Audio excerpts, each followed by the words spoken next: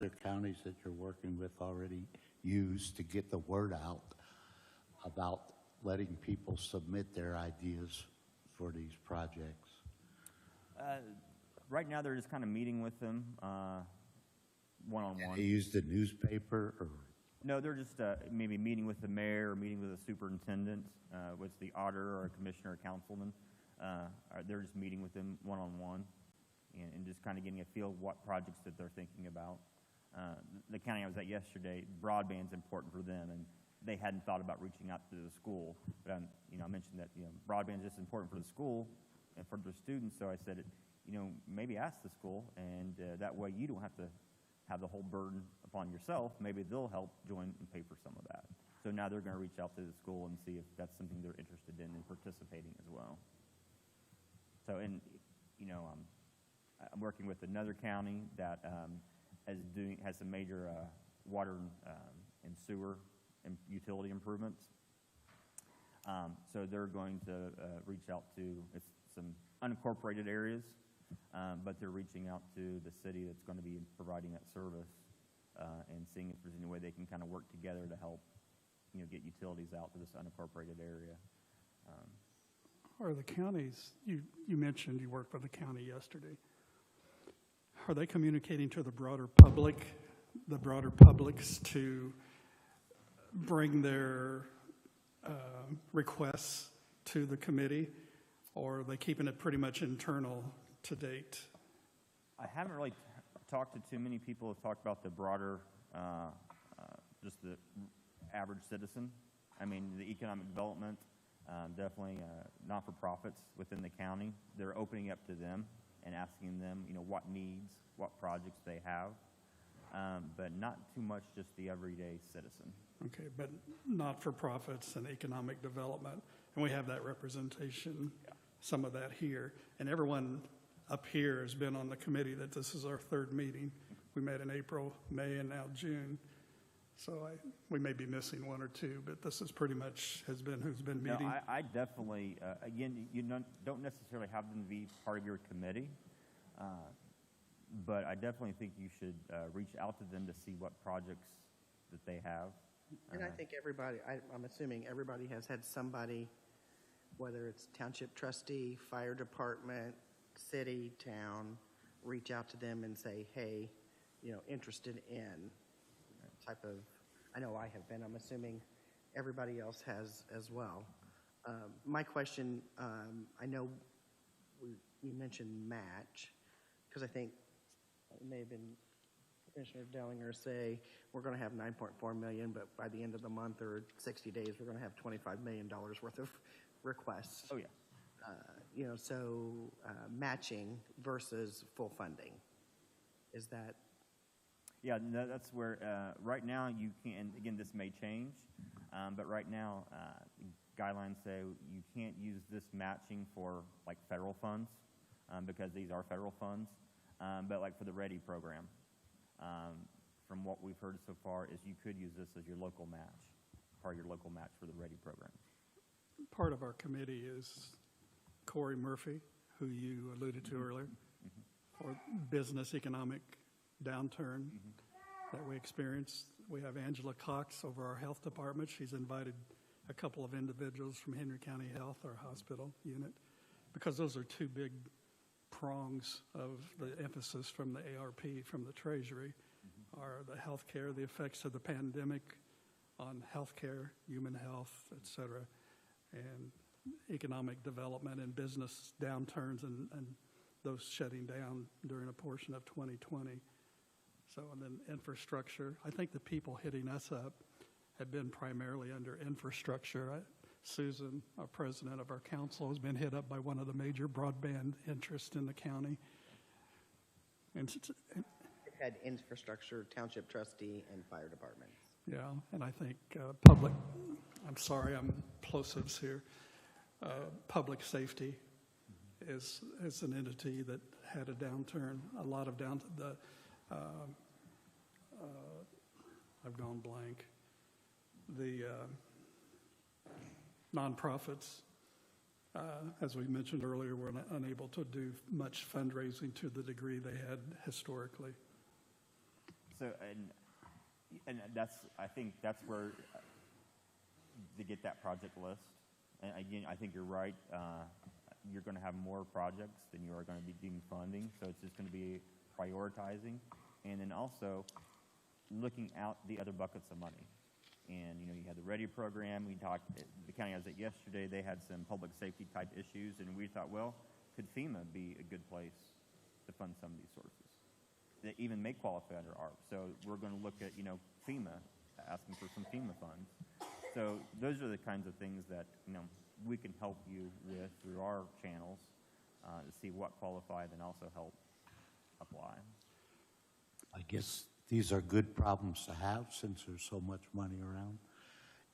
Does Baker Tilly, have you done anything as far as compiling a list of other sources besides ARP and the READY program or whatever? I think there are other funds available at the state level and at the federal level, but I'm not sure of what type of projects they're good for. But I think the people who apply first have a better chance. The sooner we apply, and that saves us from using our other monies. Mm-hmm. So do you have a pretty good handle on what's available out there? Yeah, and as I mentioned, some of them are just the departments that have been around for a long time, like NDOT and SRF. They're just getting more money than they've ever received before. And like I know for NDOT, they've talked about, I've heard anyway, that they're getting more money than what they've ever received before. And historically, it's just been able to be for roads, but they may be able to expanding what that can be used for, like stormwater or other things, just because they're getting so much more money than they had before. So to answer your question, we do have a list. Some of that I think we're learning every day. Like I learned, like the health department's getting, like at the state level, is getting like $50 million. So again, some of the things that you're thinking about, we can maybe apply for that. We don't know yet if it's a 50-50, 80-20. We just know that they've gotten more money this year than they have before. There's a trail system that we've heard has gotten $50 million. So there's all these little departments that are getting a little piece of this money that's out there.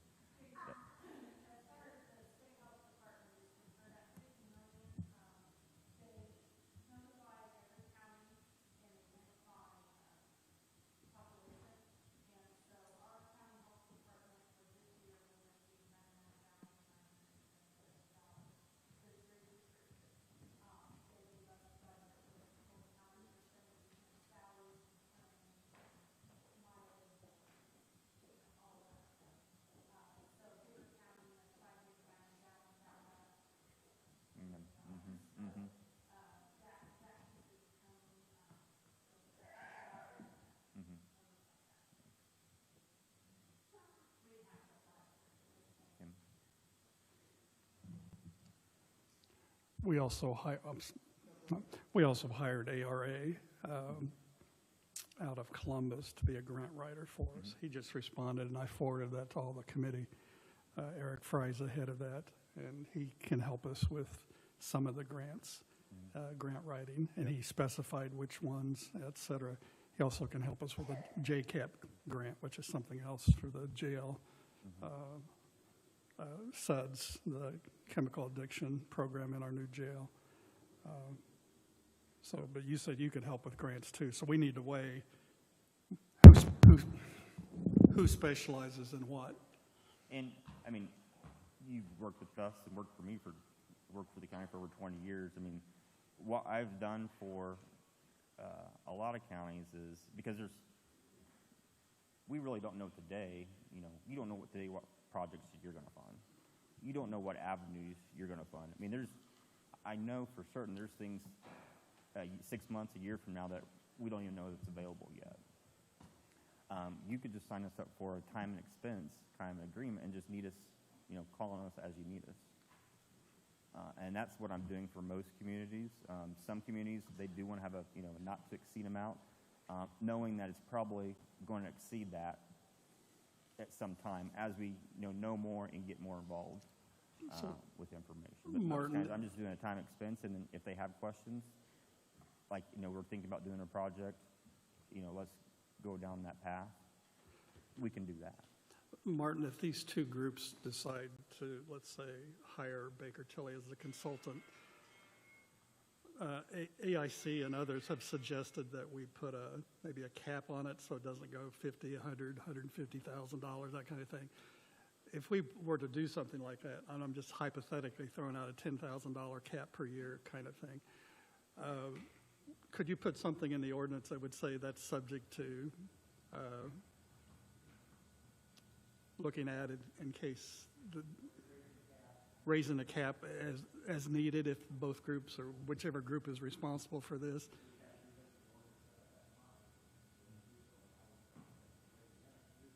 Yeah, I mean, in those counties that, for budget reasons, do ask us to put a cap, we'll put like, say, up to $10,000, not to exceed $10,000 without receiving prior authorization.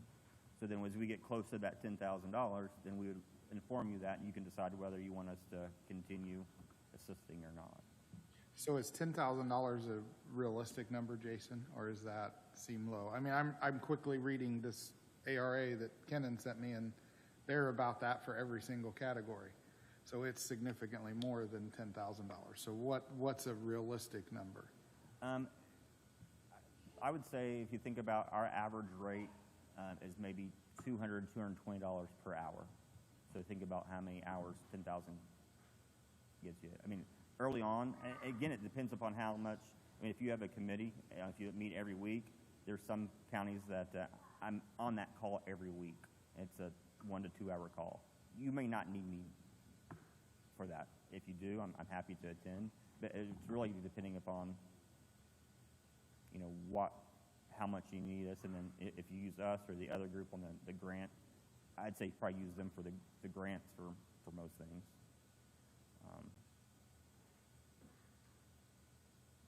10,000, I don't know if that would get you very far, to be honest with you. Maybe early on, because right now it's just kind of strategic planning, but as we start getting the ball rolling more and get you projects. That's like 40 hours. That's a week's work. That's not much. I could see it being significantly more than that. Kind of depends if we want them primarily to advise or to keep us out of legal problems that we don't have to send the money back to the feds. That's the thing. And on the reporting, pretty soon, I mean, I think in August there's like an interim report and then quarterly reports. We haven't seen what those reports, what detail is going to be required on that yet.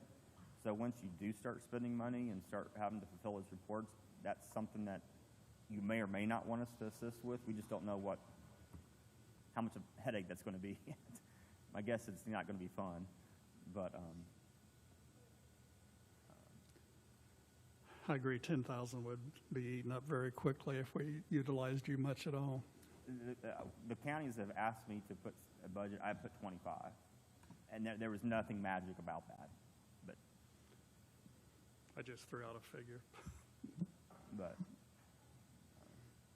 I guess I'd rather have somebody that knows the ins and outs to guide us versus us blindly going and. But I will tell you, we talked about the revenue replacement. The counties and cities and towns that have hired me, they've asked me to do that calculation, and I've been holding off doing it because we're still getting more guidance, like about the growth quotient. And I've been kind of, trying to be frugal on our time. I haven't done that calculation yet because, again, we're still trying to learn more. I don't want to have to redo the calculation 2 or 3 times. And do we suspect or expect that the final interim rules will actually come out the end of July? Subject to change. Subject to change. Yeah. I agree with Bobby. I think having someone that could oversee this and keep an eye on it, I think they will pay for themselves in the hassle they'll save and the potential to other grants and other monies that are out there that we may not know about. I mean, a lot of us have day jobs, and we don't have the time nor ability to go out and hunt all day long for all this stuff. So if that's what you guys do for a living, I think it'll pay for themselves and many times over. And I agree with all of that.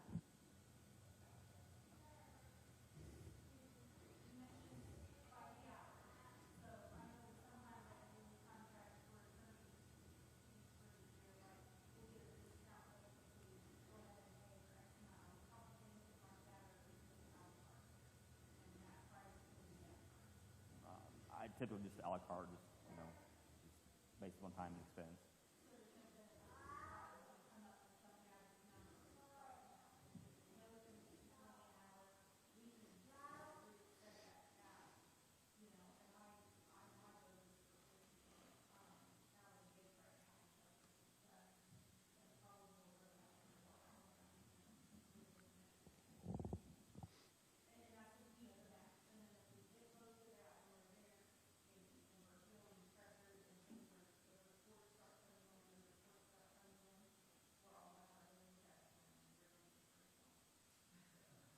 I think it's just a number we watch as we go. Like you say, there's no benefit to deciding up front other than having a target, a budget target to shoot for. But Now, I would say if the county I was at yesterday, they're getting, I think, $7 million, so they got over $3 million in the bank. They're looking at, again, they're probably not as far along as you are because we just kind of met yesterday for the committee. But they're looking at it as investing it. So the money's for them. So that would be a separate agreement with our department that invests money. So if that's something that you're interested in, because have you already received your half? Mm-hmm. Mm-hmm. Okay, so if that's something that you want us to get invested and kind of try to, and that side is, I don't think we end up doing that for their jail bonds, but it's very similar. We'd go out and get bids and try to get the best, highest interest rate for you guys, and structure that on when you think you might need the funds and roll that in. But that would be a separate agreement. I don't know if this is something you're interested in, but we're potentially working with one community. It's a city, but they're looking at doing a portal for their local businesses and doing a kind of a grant application where they're setting aside, haven't decided yet how much, but maybe $1 million of their ARP money for grants for local businesses. So they'd come in and we're going to help them fill out the grant if they go forward with it. Help them fill out the application, what questions to ask. Do you live in Henry County? Did you have a loss? Have you already received help? And then we'll go through those applications for them, make sure they qualify, and then give them a list, and then they'll approve it or not, whether they want to give that business, whatever the amount they decide that they would give. That would be a separate fee as well, because that's a whole another. But I'm just kind of giving you ideas of that. 15,000 could be one thing, but then if we kind of go down a path of where we want to use that money, there may be a separate agreement beyond the just average. Was that business grants for out of ARP, or is that from Ready, or is? Out of ARP. Because Corey's advised us, and I saw you post that applications from the Ready program, I believe, is posted on your website, or is that for businesses? That was the Oprah COVID grant. That Received from the Indiana Office of Community Rural Affairs. that ARA helped you with? Yes. Okay.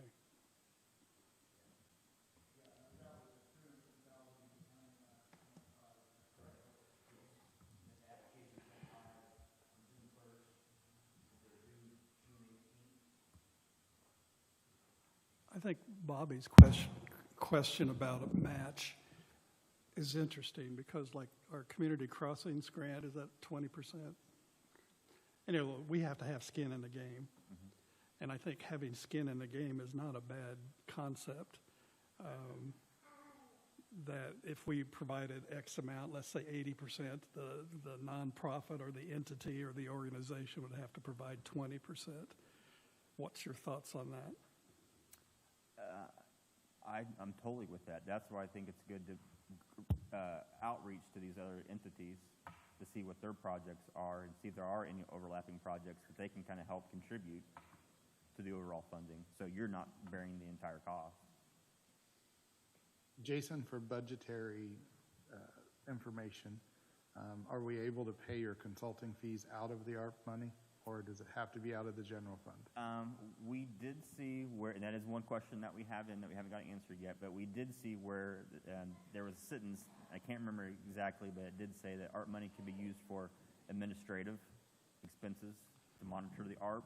So our interpretation, that would include the professional fees to make sure that you're doing everything correctly and you're not going to pay it back. once you spend it, so, AIC We're waiting mentioned, for more clarification. yeah, so. Yeah. Right now, that's what we're leaning toward, but yeah, again, I defer everything to the attorneys, but we think it can be. AIC mentioned within reason, and they were going to provide more guidance once the Well, treasurer I know with the provided more CARES guidance. money, last year, like you could use that for rental assistance, and I think it was like, there was a certain percentage of that you could use for administration. I can't remember, 3 or 5%. So we have not seen that kind of restrictive or that kind of guidance come out yet. It may later, but we haven't seen it yet. I think a lot of grants are 5% administrative.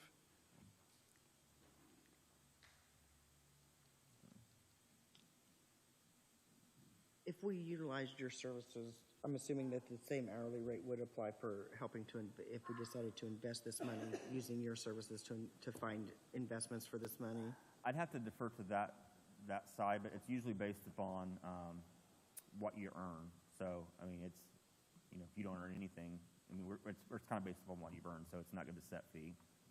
So, yeah. And that 220, I mean, the rates will be different depending upon who works on it, but just like, Rachel and I delegate down as much as I can to the appropriate level, so the average rate between all of us would be around 220.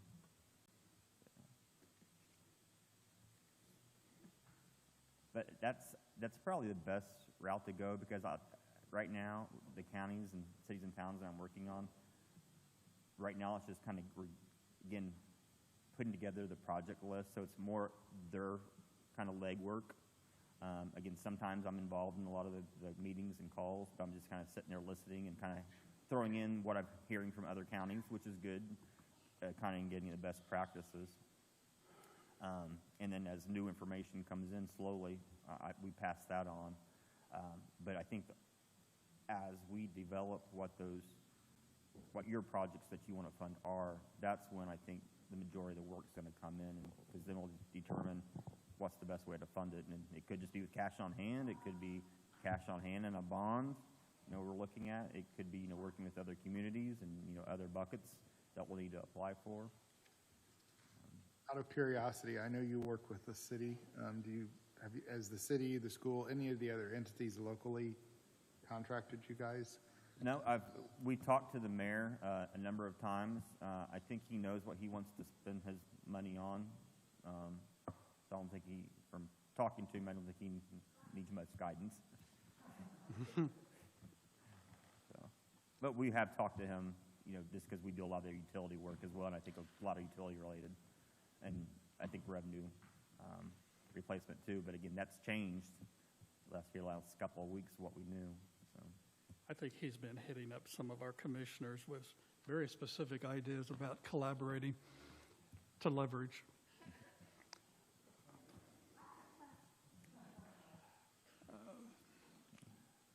He's eyeing our money, as most people, and I understand. Well, I It's really the said your people's town money. yesterday, part of my job is to make sure you only spend it once. So. Well, the leverage is something that has been really emphasized by NACO and AIC and others, that there's projects that the city or the towns could not do on their own. Maybe even counties working together on a East Central Indiana project or something that would be valuable.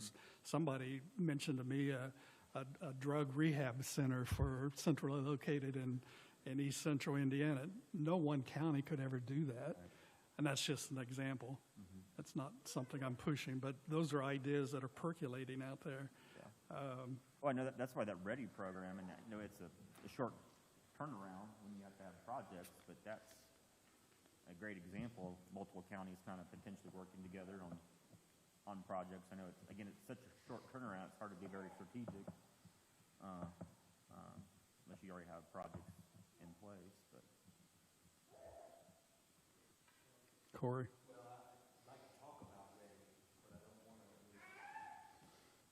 That's why you're here. You know what's going on in the business room. no, go ahead. This is going to be a team effort. So. You might want to come up to the microphone, because there are people listening out on YouTube, and they can't hear you back there, or you can limp forward.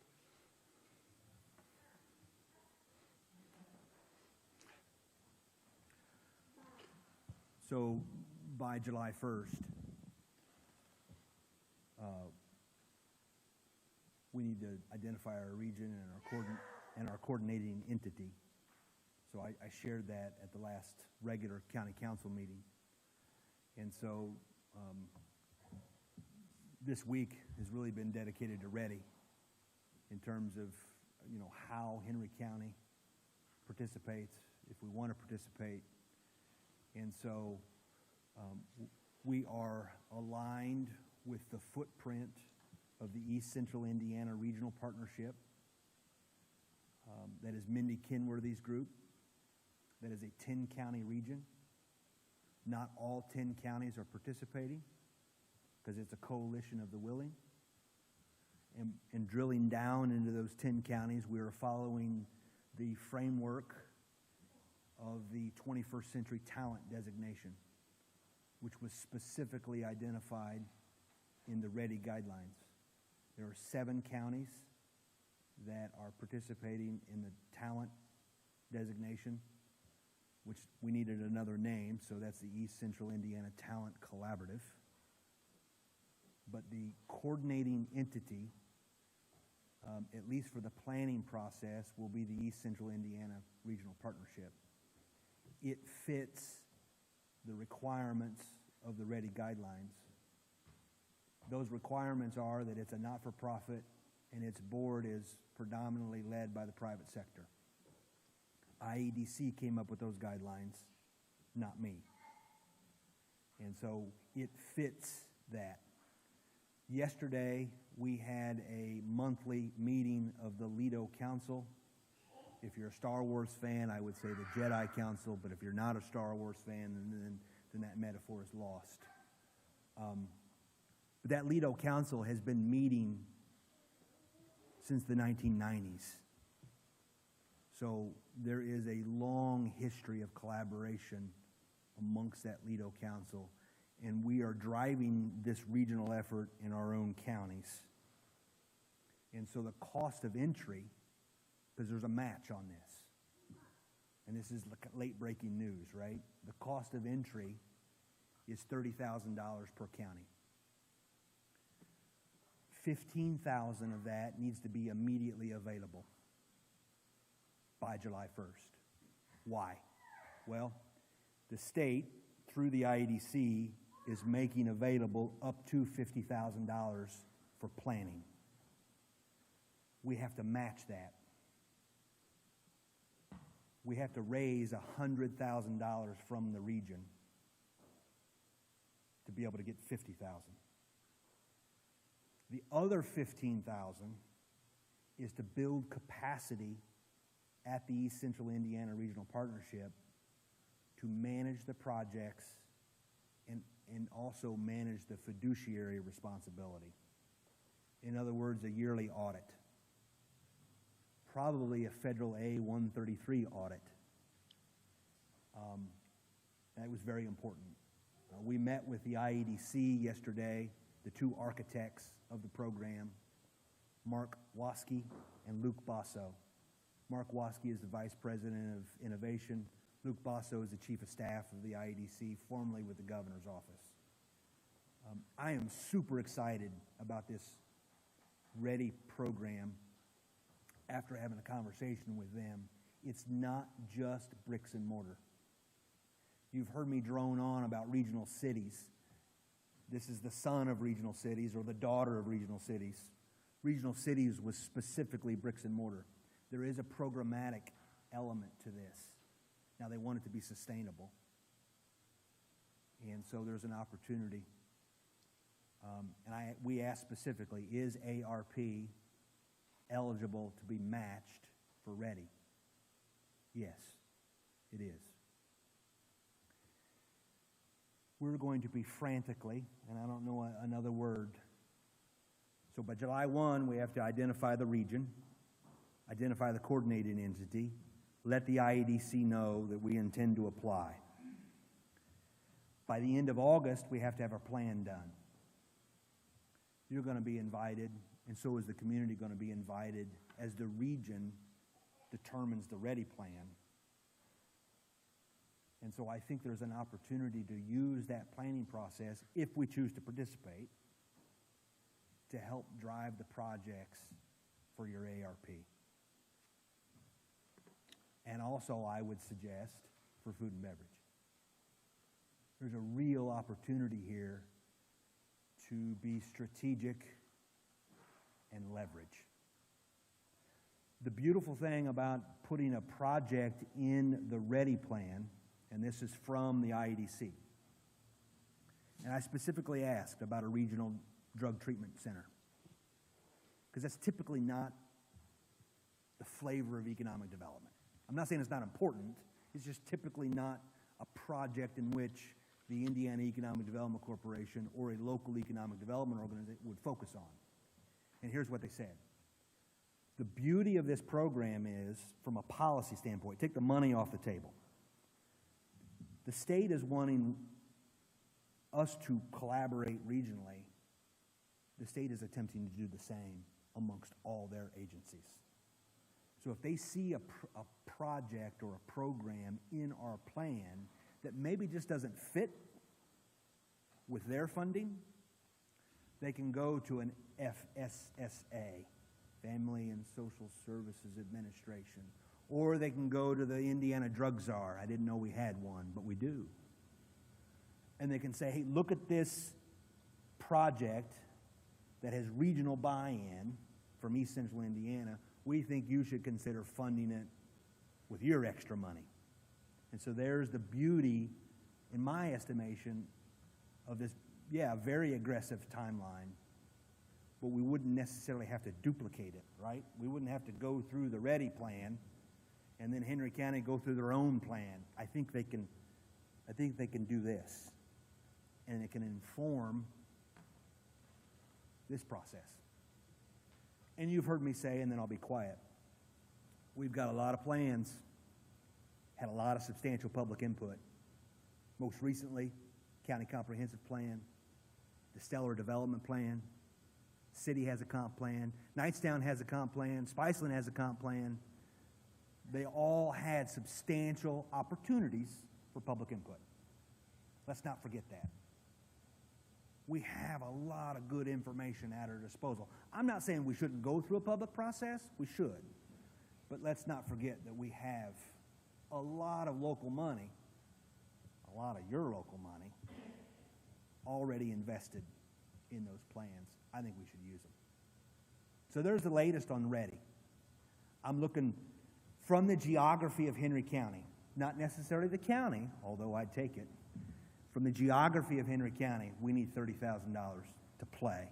It's cost of entry for the READY. 15 by July 1st. Yep, and then 15 available by January 1st. And you've already looked into that ARP is a legitimate source of payment for that, ARP is a legitimate source for match for the match READY. part. Not for payment for entry. I don't know. I didn't get that specific. On a side note, what is the current status of Stellar? Is it happening this year? I assume not. I don't know. I know the state has hired a Stellar coordinator, and I thought maybe they were looking for at 2022, but that was before the ARP came out.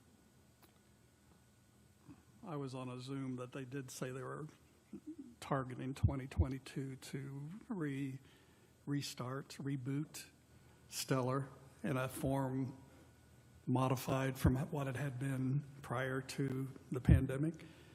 So that's their target, but you're right. That's pre-ARP, pre-READY, pre-state and local monies.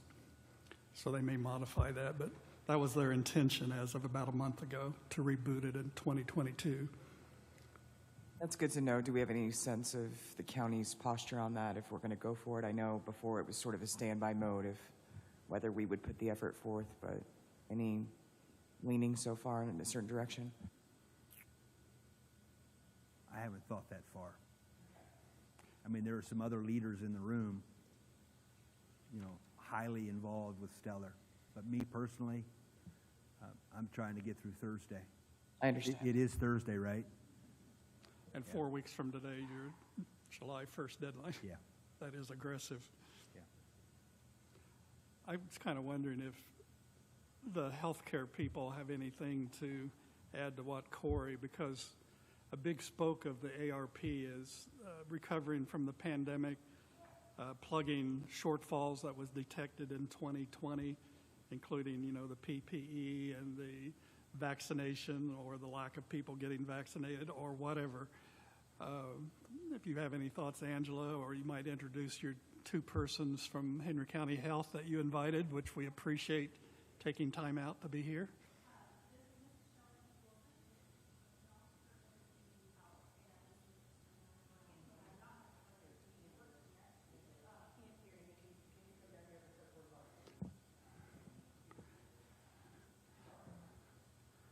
Plus, we want to hear ideas from on the health side. Mrs. Shelley Wilson, Chief Nursing Officer, Henry Community Health. Mr. Darren Brown, Chief Financial Officer for Henry Community Health, are here today. So I hot-footed it and asked Shelley on a very last-minute thing. So thank you for your patience. Thank you for dropping the world and coming over here today. I do want to, are we planning to break off into a subcommittee? So, Well, something I think we can discuss here in just a little bit, but we're Okay. also tapping Jason and what they could do as a consultant here initially. I know, I just wanted to kind of put that out there real quick just to be cognizant of their time. And Right. then that way I can move some of those subcommittee meetings their direction at the hospital that will help them since we're on a truncated time frame. Yeah, I think that probably subgroups is something we need to talk about so that we don't. Okay. Do either of you, would you like to give a quick overview of what it's been like the last year from maybe even a financial standpoint? So, like most healthcare entities, we've had significant losses over the last year with being shut down for 2.5, 3 months. Most of our outpatient services, obviously the inpatient services were open up. A lot of that was covered through the CARES Act money we received from the government. So just to put some numbers with it, with the CARES Act money, we're at about a $5 million loss, and we're not in a position where we need to ask for money from this program necessarily to cover that. We do have some ideas, maybe what our county needs that we are not able to provide because of recruiting and shortfalls that maybe would fall into Shelley's area. But as far as losses, we have those covered right now at least, and are doing well financially. Just it was a hit last year. We can't have too many more of those, but we survived that and doing okay. So you had a $5 million loss even after CARES Act came and boosted that somewhat. Yeah, most of our outpatient and our surgery was definitely shut down for 2.5 months, early in March and April, and then we shut down again in November, December, partially, and almost completely in December, and on into January. We had the large spike in January. And you have surgeries are a major source of revenues for any hospital, correct? They are, and everything that goes with that, the imaging that happens before surgery, and then physician office visits that happen before and after that. So it's all connected, and we're not recovered yet, but things are coming back and opening up, and things look better than they did a year ago for sure. So, any other questions?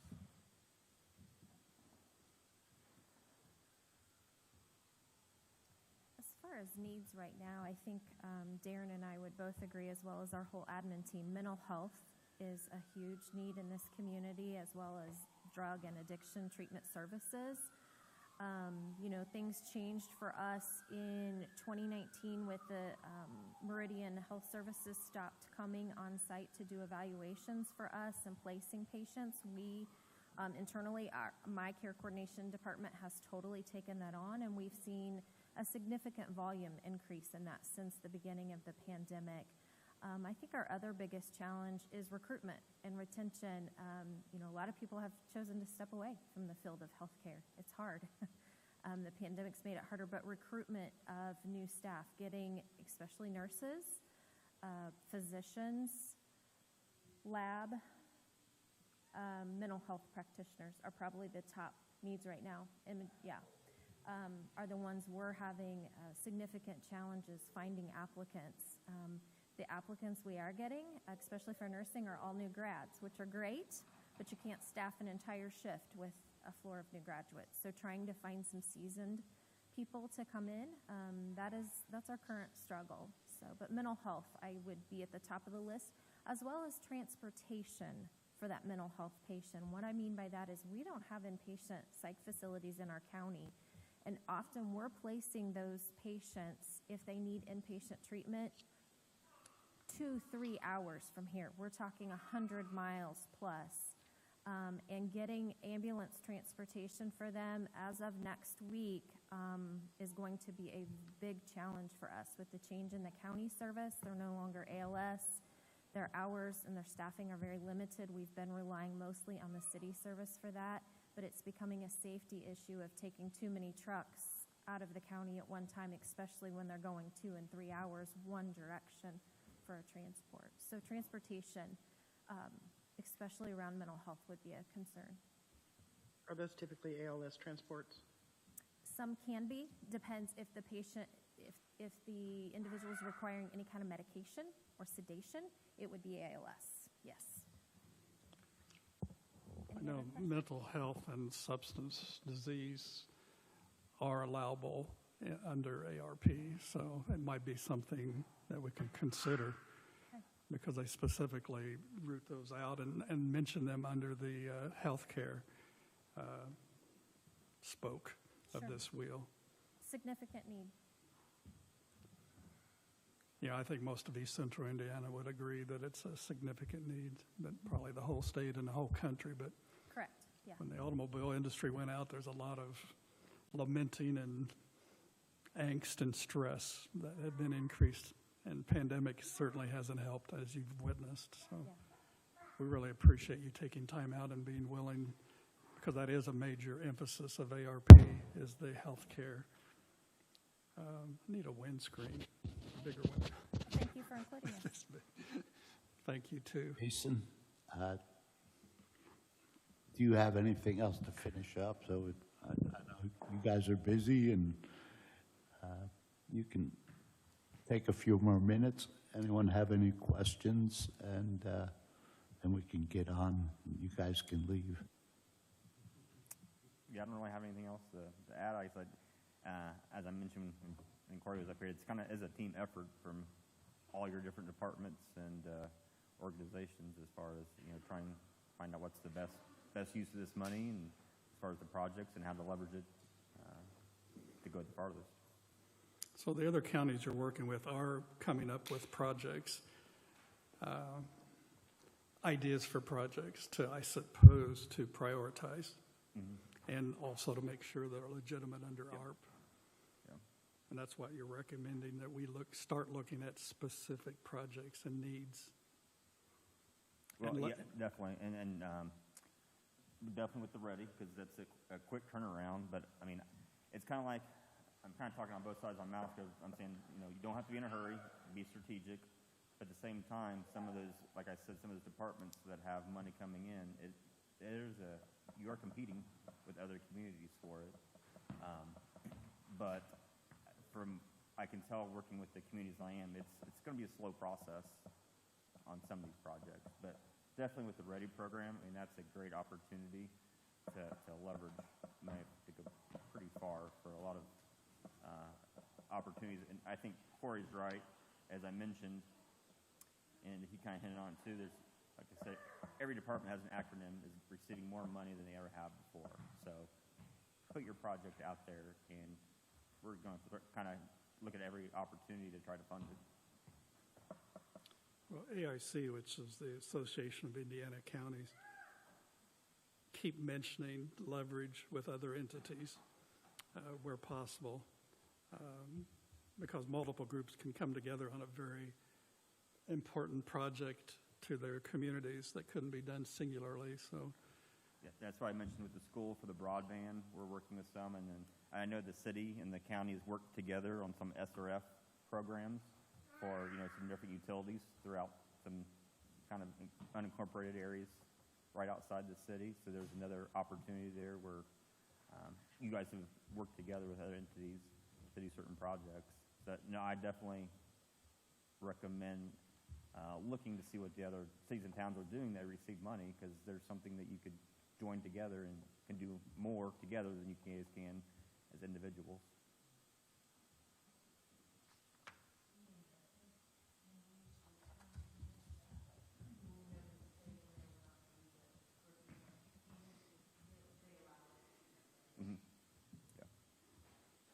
So what I might, if that's something you're interested in, and I think you've talked to Jeff and George before, the rules are a little bit different with this versus what we could do for bond proceeds, but I can set up a call for them to talk to you and Treasurer and who else, and talk more of the specifics on that if you'd like. But it's a pretty big lump sum of money just to be sitting there, and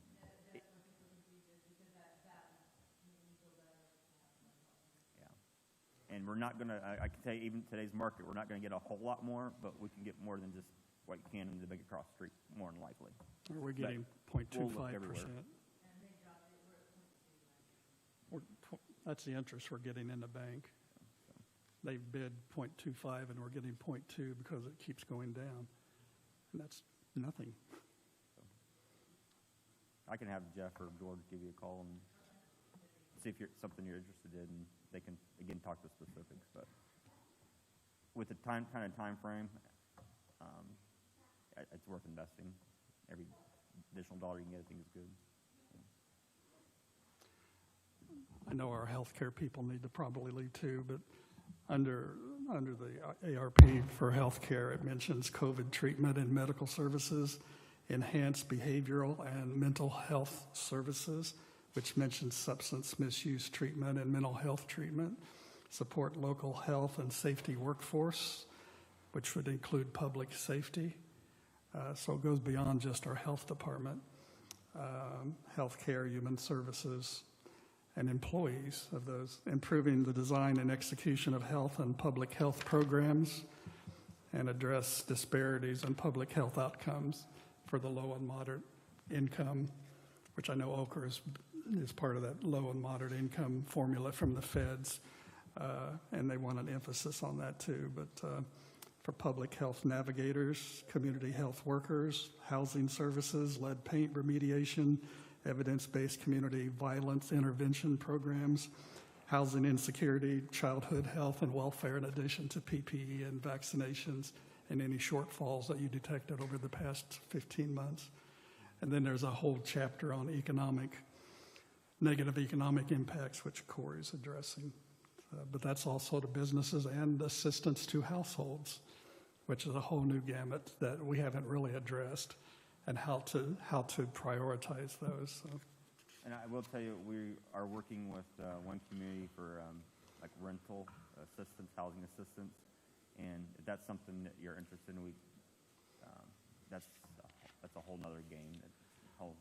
We could definitely help you with, but there's a lot of things to consider. Well, part of the $333,000 that we got from Stellar went to the individuals, 20 individuals that would have not been able to upgrade their primary residence, and those are low to moderate income. So a big portion of that $333,000 went to that program. There's people here that can address that, but the need far exceeds the resources that we have. But we can make a dent in some of these issues. I know one of the counties that I'm working with, again, they're making their project list, and one of the projects that I think it's at the top of the list, is to buy a building for their health department and renovate that. So kind of what we're talking about here. But. And as a couple of people, especially our commissioners, have been hit up on the infrastructure part. You've gotten requests from libraries, from trustees, from broadband entities, parks, fire departments. And I think, as you alluded to, Steve, if we opened it up to the entire community, we'd have 25 million in requests by your July 1st if we were to advertise that, because the needs are great and they're legitimate needs. So it seems to me like prioritizing would be a key factor here of greatest needs or getting the biggest bang for the buck.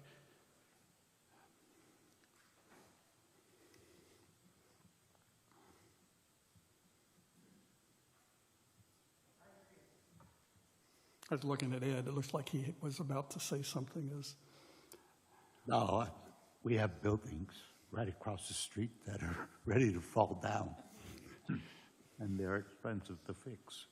and that'd probably be $1 million per building. So 9.3 sounds like unbelievable amount of money, but one sewer project would cost that. In the health board meeting that we had last week or 2 weeks ago, we were talking about sewage problems over in Clearview and Denny Drive, south of the radio station. The estimate there is $10 million because they've got raw sewage when it rains a lot flowing down their drains or their ditches in that neighborhood. So the needs will outweigh the resources. Maybe Martin, and you'll have to speak up because we really can't hear over here, but do you have a sense from the legislation the role that the commissioners versus the council? I know AIC has advised the council will have to approve every additional appropriation. Is there an entity that needs to be governing, let's say, our plan, our project, or is that defined somewhere? Or do we work collaboratively for a common cause, or what?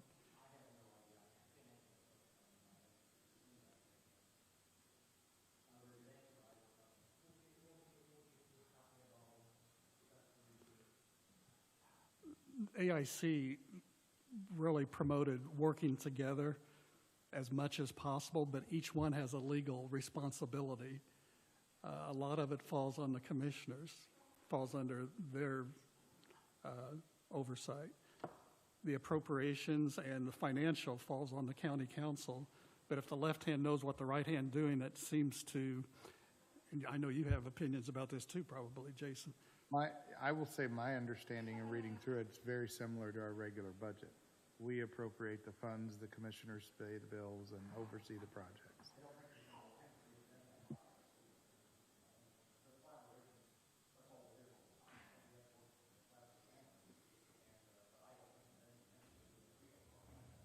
Yeah, I think my understanding and what I've read through, and I think, Bobby, I saw you shake your head, you kind of feel the same way.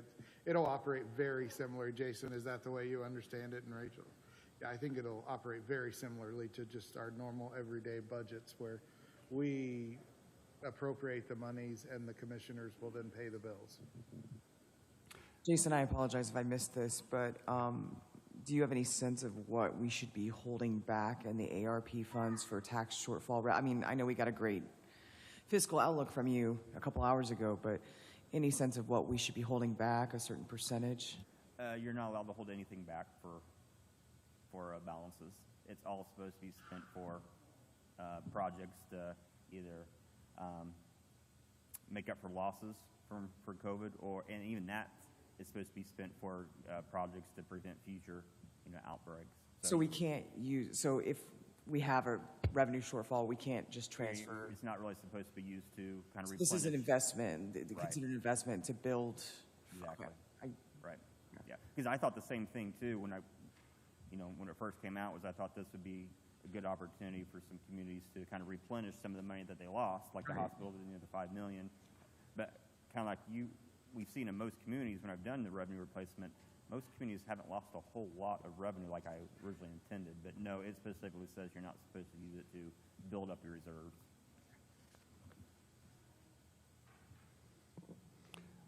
Yeah, it specifically mentions we can't support debt service, we can't put money in rainy day funds. Right.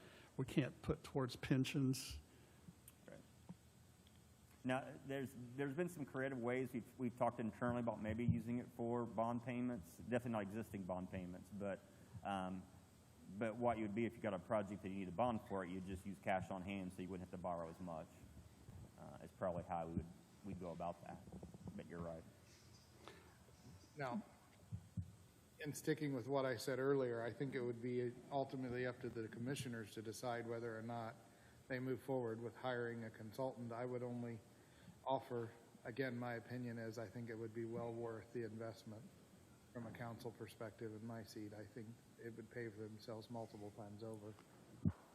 When's your next meeting? It seems like you postponed one. Our next actual scheduled meeting is June 23rd.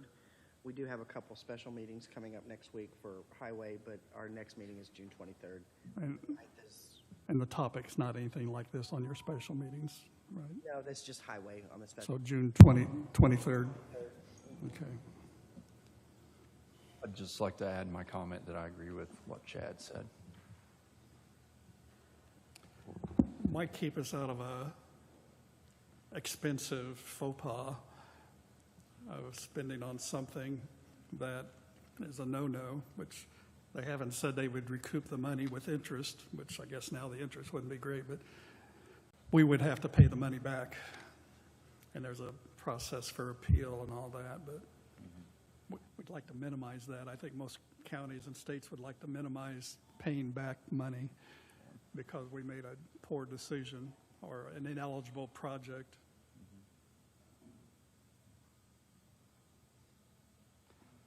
I'm a stickler for following the rules to the letter. I'm a stickler for following the rules. So whatever I's you have to dot and T's we have to cross to make sure that we don't have to pay anything back and we do it the correct way. Yes, absolutely. And you've got the expertise of an entire organization that's nationwide, that's working with a lot of states, counties, organizations, at my understanding. And this is just your public service sector of Baker Tilly that's emphasizing the ARP assistance or consultancy. Right. Yeah, I mean, we have a whole side that does the grant writing. Baker Tilly is a traditional accounting firm, so we have a whole department that assists with audits. Again, a lot of this will be deferring to attorneys as well as far as the legality of some of the projects, but yeah, this is just one piece. I mean, we have the advantage because we do so many capital projects throughout the state for utilities, cities, towns, counties, that we are familiar with a lot of the organizations throughout the state. So we're in constant contact with them, so that gives us a little benefit of kind of knowing, the nuances that come up, like most other firms. But yeah, we can definitely help as new information is available, pass that on. One of the guidelines from the Treasury is general infrastructure, other than water, sewer, and broadband, which is promoted and actually emphasized, unless they directly address negative economic impacts of the public health emergency or related to the revenue loss. So in other words, outside of water, sewer, and broadband, the only thing is permissible if it can be tied to the pandemic or revenue loss. And it sounds like from your earlier discussion, our revenue loss is not going to necessarily be significant. I'd have to look at the numbers, but in more detail, but especially the way the interpretation now is where you have to look at all of the county's funds. I don't think it's going to be a big number for most communities. So people who are wanting to, like I said, it says here, new jails, which some counties are looking at, roads and bridges, and business parks are prohibited unless they're tied to the pandemic. Now, I will tell you, we are working with one county that is looking at building a new jail, and they have asked our opinion, and we told them, again, we defer to your attorney, but from what we read, we don't think jail's qualified, but they said they've gotten their local attorney to agree to it. They've gotten their state representatives to agree that a jail qualifies, and I think their logic is that they need to build a bigger jail to keep the inmates social distancing from one another. I think that's the logic they're using, so and I'm working with another county where they're looking at doing a highway garage. They didn't want to tell me that because they didn't want my opinion on whether it qualified or not. So you kind of have, and they're taking their chances about whether that qualifies. But that's where there's going to be some people being creative, and to your point earlier, things may loosen up as time progresses, and that's just something we're going to keep monitoring as time allows. But Jason, one thing we have not addressed at all with you or asked the question is this premium pay for essential workers. I know that's something that several of us have been approached about. Do you have any direction on that? I know that's been a wide swinging moving target. that does qualify, and there was some new guidance on that. There's some restrictions on what the limitations are. But yeah, They have to be, in office. They can't be working from home. There's certain dollar thresholds, but that does qualify for. So is that a going forward? Is that in the rears? I think Wellness types program, or is that? I know for most projects, March 3rd was a certain date that even if you had you wanted to buy a project or do a project for the pandemic, as long as you had it discussed by March 3rd, it qualified. I don't know if the premium pay goes back then or further. I'd have to look at that. Because my concern is we're using a finite amount of money for, if we increase the salaries forevermore, we have a finite amount of money, and then what happens when we run out? That's the concern. Do we take the payback down, or how? I wasn't sure. See, I'm being told by some that it's almost like a bonus, like we could give everybody X amount of dollars. And I've not been one time. Yeah, that was the way I was envisioning it, just because of what you said. I mean, I guess you could continually keep that amount, but you have to make sure you could afford it. So I was thinking more of a temporary assistance.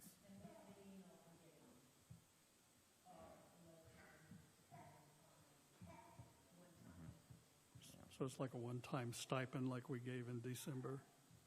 Here it says funds for premium pay for essential workers. Funds can be used retroactively back to January 27th, 2020. I think that's when the first COVID case hit Washington State. And I think projects was the March 3rd. Funds may cover costs from March 3rd, 2021 to December 24, 2024. So projects that we're talking about coming out of this committee would start on March 3rd of this year. Then they give exceptions and et cetera. Anything else for Jason? Well, I'd be happy to help you. Like I said, it kind of just correlates with everything else that's with the budget process, and you're thinking about future bonds for different projects. I mean, it's the READY program. It's all related. I talked to all the commissioners to get an idea for today's agenda, and I talked to Chad and I talked to Susan to get an idea of where they were coming from for today's agenda. One of the topics that came up by most of the individuals I talked to was an application process. I know we had an application process for the Restaurant Resiliency Fund, and who oversaw that? That was the committee, the Main Street. Main Street Committee oversaw that. And so they had applications and people presented their case, and a lot of monies were helped from different restaurants, mostly in Newcastle, but there were some in other local towns as well. Do you have any thoughts about that? I mean, you're saying come up with our projects, but what about people wanting to apply? Because I have a feeling there'd be 50 or 60 entities applying for these funds if we opened it up and communicated it. Like different entities coming to the county and asking to help fund a certain project? Mm-hmm. Like our Food and Beverage Advisory Committee, people would come to them with make their case. That's really up to the committee. I mean, yeah, that's something we could definitely do. It's like I think was said. I mean, you probably already have $25 million worth of projects right now that are good qualifying projects. The only thing, I mean, I even said we need to open it up to everyone and kind of leverage it with other communities. But one thing you want this to be positive. You don't want people coming in asking for projects and then being turned down and then this being a negative thing. So I caution that. I kind of envisioned the meeting that Angela and Public Health did where the key schools, hospital, EMS, safety, they were all here at the beginning of the pandemic asking their plans, what they need, letting everybody know. I envisioned a meeting like that, having superintendent of the schools, sheriff. I don't know if we need every fire chief in the building, but maybe the president of the Fire Chiefs Association, a representative maybe from each council, town board, just one of each of those key groups to kind of start that process, get the word out. I really did like that the library wrote a detailed request, exactly what they needed, why they needed it. I personally would like to see something like that instead of just being bombarded with phone calls or, hey, this is what I want, people putting together a detailed request, why they need it, what they need, because then you can see that written and really look at it and say, this really doesn't fall under ARP. It's a great project, doesn't fall under ARP, and separate which way they go instead of everybody coming and their brothers from the towns, and then open that up that way. That's how I envision this process going. I think we'd have at least 50 entities within a month or two having legitimate needs, but they may not qualify under ARP. Correct. But I think if you do that, that's where we could direct them to, okay, it doesn't fall under ARP, or maybe even it does, but the county, I was at yesterday, they were wanting this, some equipment for their township fire district. So we talked about that and whether to qualify or not. We really didn't get to that might be something that they could apply for under FEMA. So those kinds of things, those could start those discussions as well and can help those communities to think outside the box on where. And I'm looking more toward those entities. Well, I don't think the Fire Chiefs Association, but maybe concentrating on those entities that are also getting ARP money to see how they want to plan and, how we could work together, maybe at the beginning to start in that fashion, and then maybe reach out to the others. I know AIC, David has said this at the district meetings, and they've said at the webinars where I know they've kind of encouraged where, if communities are looking at hiring consultants, have all the communities have the same consultant. So you kind of these working group meetings, so they're all on the same page and kind of working in the same direction and the same goals, and that's kind of what you're referring to here as well. Yeah, he did say that in Shelbyville. And keep mentioning leveraging towns, counties, entities, businesses. Well, I mean, this is a once-in-a-lifetime kind of opportunity, for this kind of money to flow out. You want to try to and do life-changing, projects. I mean, if there's projects that would not have gotten done any other way except for this, money, that's kind of what we're shooting for. I would echo what Chad and Clay said. I think probably hiring them might keep us out of a whole big bag of issues financially, or having to pay back because we made a mistake, something not really eligible from the Treasury. It's your decision.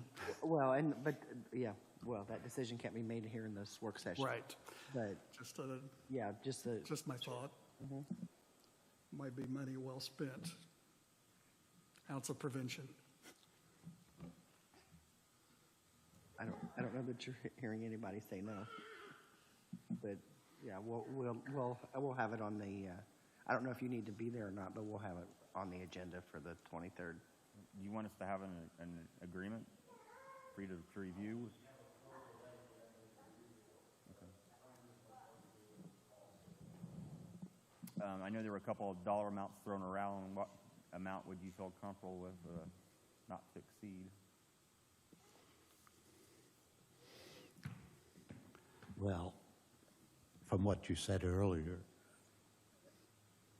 most of these services are going to be done pretty much on an hourly basis anyway. So I would say you could go with the 25,000 figure and something where we could continue to go or terminate at any time, and we'll go on an hourly basis and see how it works out. That's what we would. That's the type of proposal I think that we would look at. I think that makes the most sense for what, because you'll just call us as you need us as questions. And then if it needs to be increased, it can be. All of that will be included. My main concern is when you mentioned your rate per hour, our attorney was thinking, his thought bubble was so clear, I'm not charging the county enough. I would only add that maybe, and will you work with ARA as, if there's something you push down to them, or is that something that you're going to take care of it all, I guess is the question. I would think we'd work together. Because there's some things that we can do that and they can do as well. So I think we would just, with your guidance and direction, who you want to do that, but it's going to be a team effort. So I don't want to take anything away from what they could potentially help you with. They have a lot of experience working with Okra, HUD, USDA, those kinds of Fed, and you may too, I don't know. But there's probably things that fall under their bailiwick where you have ones that fall more under what you do and emphasize. I would probably use them for that, but they'll probably have some financing questions as far as their applications that they might need our assistance with as well. So that's probably where we could add value to the application process, but have them do the actual applying. They seem to be ready and willing to help with like our JCAP program, going after some of the like the Attorney General grants that are out there, and from SAMHSA, from the federal level. I think for that type of stuff, we could do it, but they could probably do it more efficiently and cheaper. So I would keep using them for that. Steve, you've been awful quiet. He's taking notes. Or say? I just didn't want us to get the cart before the horse and we wind up double spending on some of these things before we have all the information. And Jason's alluded to that we hurry, but we don't hurry. I think we need to be very cautious because it does sound like a lot of money. Like I said in the office the other day, we're going to have way more requests than we have funding to cover. And there's a lot of projects that the guidelines may change. And I think we need to be cautious about what we do, but I think if we move forward, we just need to do it very cautiously with their advice, I think. I certainly agree with that. Seems to me that we need really 3 groups working on lists. The county list, then cities and towns within the county, and another list that we may get participation in the region. And then at some point we have to sit down together, see how they work together, and see how much each entity can put in towards each project. I guess so as a county, first step before we have even any of these subgroups is we have to decide who's going to compile this list and where it's going to come from. And then in the near future, start working with the outlying towns and Newcastle and the region, and see which projects are regional, which ones are for the county, which ones are for the towns, and which ones are for various departments, maybe even. But I guess since we're running out of time, looks like the thing we need to do is who's going to start compiling the list, and do we want to appoint a committee to do that, or? But to me, that's job number 1. Who's going to compile the list, and we move from there. And that's something we could help you with if you want to have, talk to the different entities and corporations and have them direct those projects to us. We could compile that list and present it to you. But I would like to see us have a public meeting, like I said, like we did with and invite a superintendent from each school board, one representative from each, to have them just give their input of what they are looking at doing, and then we can compile a list from there. I mean, obviously, we have our wish lists, our own individual wish lists that we can and I think ours are more general, you know, infrastructure, you know, whether it's at the 109 interchange or Spiceland interchange or New Lisbon interchange, you know, not-for-profits, you know, we all have our own list, but I would like to see that group come together first to have a group discussion, to find out what they like, and from there we can compile, I think, start the process of compiling lists versus us trying to reach out individually to people. We can just do it as a group effort is the way I see it. I could be the only one that sees it that way.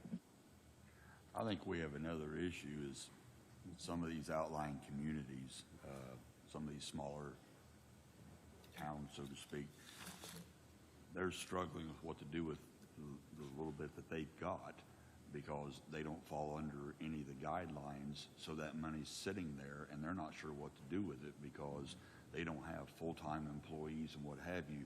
So the comments I've gotten from some of these is, what are we supposed to do?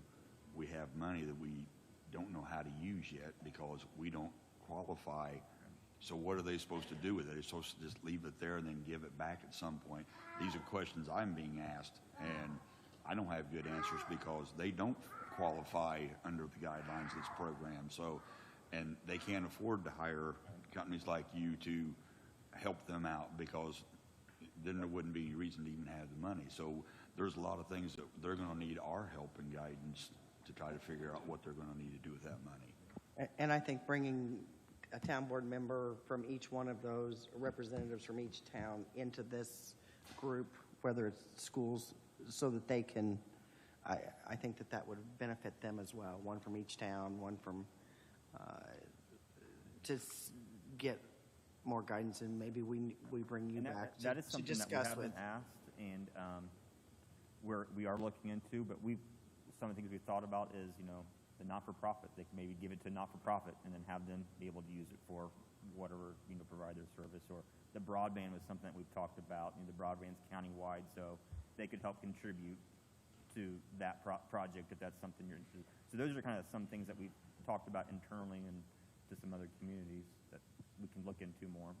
But those are a good questions because you're right. There's even some bigger cities that have gotten a lot of money that they don't know how they're going to spend it all, and they've thought about, well, what if we don't use it all? Can we just give it back, or, you know, who can we give it to that might have a project? So I think those things are going to develop as we go along as well, because I think you're right, especially the small communities that they have quite a bit of money but not a lot to do anything major with, so they're kind of stuck with it. And again, you're right, you're limited, so we're trying to think how they can maybe contribute that to maybe a bigger county project. Well, like Middletown's getting 470,000, Knightstown's getting 450,000, Spiceland, I think, is getting over 100,000, Newcastle's getting over 3.5 million, and we got half of our 9.3 or 4.65 million. That's getting 0.2% interest right now, so we can probably do better. But I don't know what Strawn's getting, for example. 40,000, but the minimum, any town, and this Greensboro, Bluntsville, is getting $30,000. But like if you're thinking about Corey left at the mental health, if that's something for the Ready program and your match, they can contribute that to that type of project. That benefits the entire county. So that's one of the things that Angela mentioned a while ago. Do we break into subgroups like healthcare? You are the experts in healthcare. You know what the needs are. You said maybe the hospital is going to survive without this, but maybe you need PPE. Maybe we need to do something with vaccinations. What if we have another pandemic or another surge because people aren't vaccinating or whatever, hypothetically. You would be the experts. Corey and his group, he invited someone from an Eastern Indiana economic development group to be here, but they had a conflict today. They would be the experts to tell us in the business. Everybody here has ideas about infrastructure. Everybody around the table, because they're being hit up on projects relating to infrastructure. Chad brought up the essential pay or the premium pay for essential workers. That seems to be pretty nebulous. Mentioned a stipend, a one-time stipend. I mean, our health department was working, our hospital was working overtime. They're losing people. Meridian's not helping you out.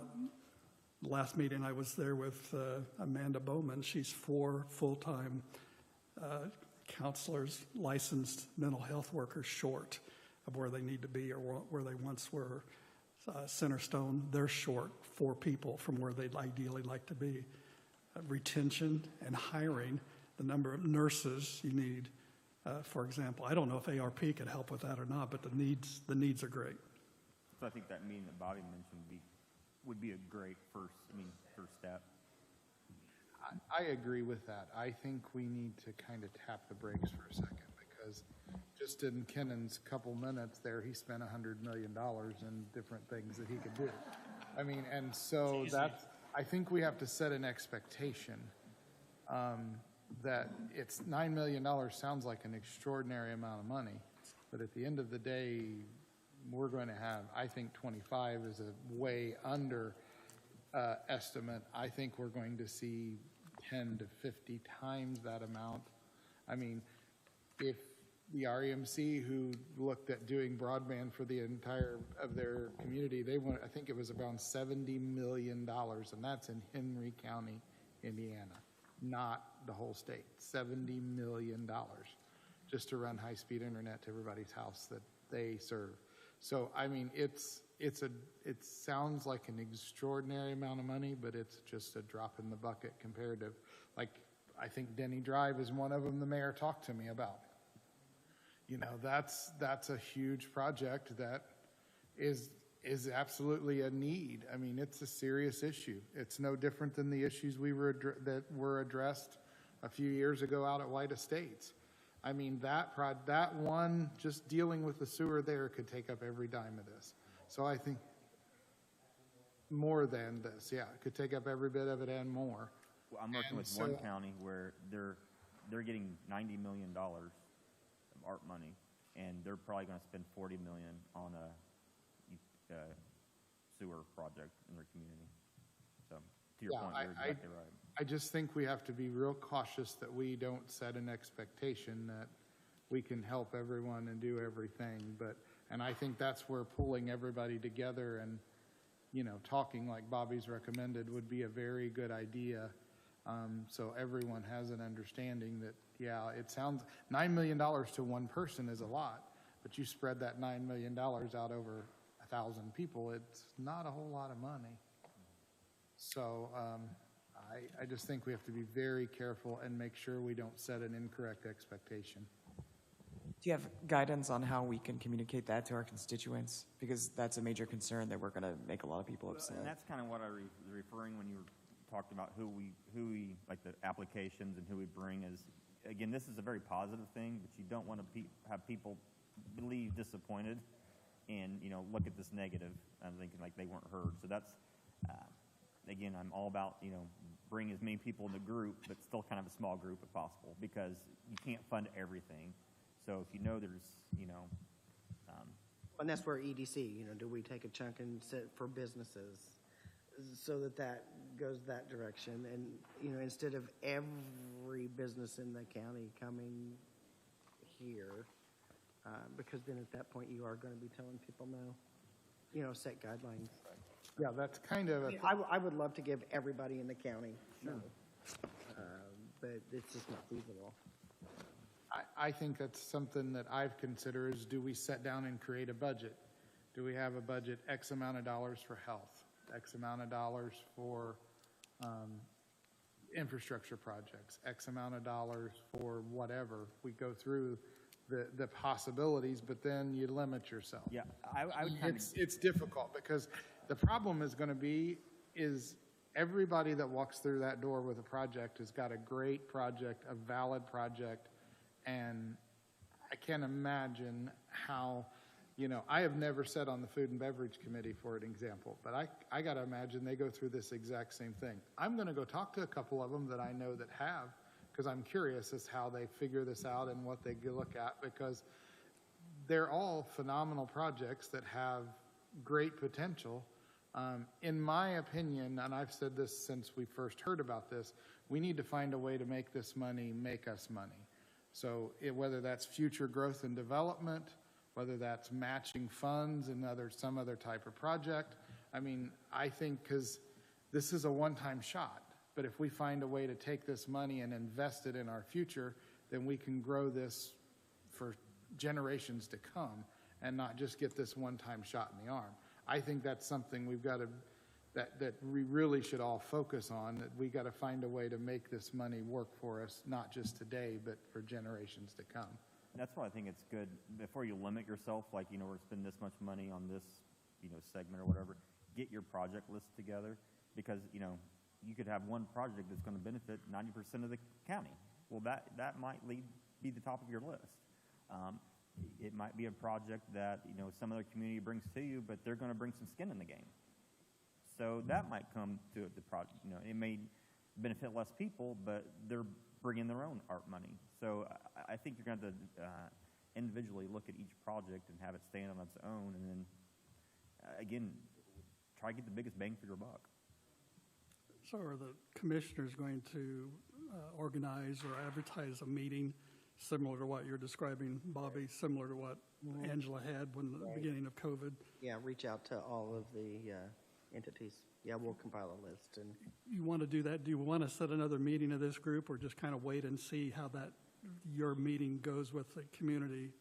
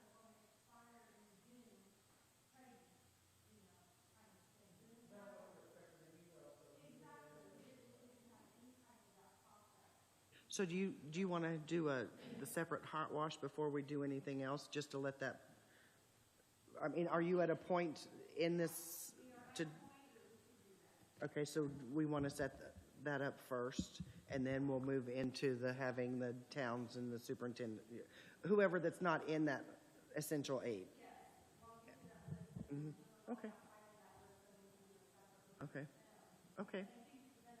Thoughts?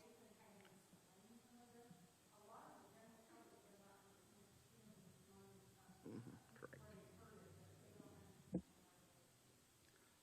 Thoughts? My thought is she's going to reap a lot of information from that, especially relating to health, and health is a major spoke, as I said, of ARP. Before we close here, I would like to find out from this group if you'd like another one of these group meetings on July 1st or July 15th, have Jason or whoever. Yeah, no Thursdays. No, or the first Thursday of the month, I'm sorry, no, first Thursday of the month is out. Sheriff, so, yeah, because we had to Okay. move them. Now, Angela, you mentioned at our first meeting, Fridays are terrible, Mondays are terrible, but Wednesdays and Thursdays. Okay. I would suggest that we do this hot wash and the other group before we come back as a, I mean, all of us will be in those meetings anyway, but Right. before we come back, my opinion. So maybe I'm the, one of 1, 2, 3, 4, 5, 6. so maybe the last of those meetings that we decide on a group meeting like this and invite, if you decide to hire Baker Tilly, have them invited to that next major meeting. I agree with Bobby. I think we've kind of set where we're headed. Now we need to get some data and then come back and go through that data. So I don't know that we need to necessarily set another meeting just to talk like we've done today. I think having this meeting Angela's talking about, having the meeting Bobby's talking about, I think those should be our next meetings, and then coming back with Jason and then follow-up meeting sometime down the road in the near future after we have those other two meetings and compile all that data and find our best path forward. Seems a logical approach to me. Hopefully we'll know more by then as well. Yeah, July 31st, they say. That may be the interim, The final interim. Final interim report. Yes. Anything else, Mr. Chairman? Well, I think we should try to set a date. Well, we need to get the stuff from Angela first before we do that. How soon can you get that together? 2 weeks, 3 weeks? Council's missing its quorum. Yeah, we can't set you get all that information and then we'll set a date once we kind of work through, then we'll get a date set. Next week is horrible for us, or me.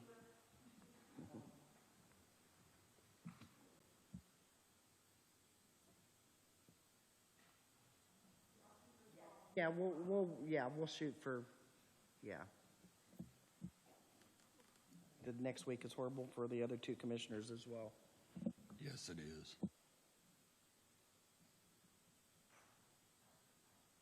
Motion to adjourn? I make a motion to adjourn. All those in favor? Aye. Meeting is adjourned. Thank you, guests, for coming. Thank you, too. Thank you, everybody. And I'm late for another meeting. Speaking of meetings.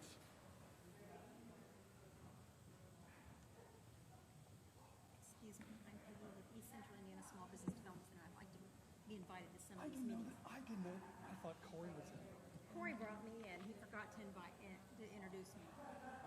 Oh, you're the person I was alluding to, I think, because he said, I think she has a conflict. No, I did not have a conflict. He thought you He would. thought well, actually, I canceled another meeting to be here. She is the person Corey invited, and I did not know that. I did not know. Steve Dellinger is a commissioner. I'm a county council. Bobby Plummer is a brand new commissioner. Okay. Ed, who's in the middle, Yeah. is the president of the commission. Chad Malacote is county council. Betsy Mills is our newest county council. Our auditor is Debbie Walker. Okay. We had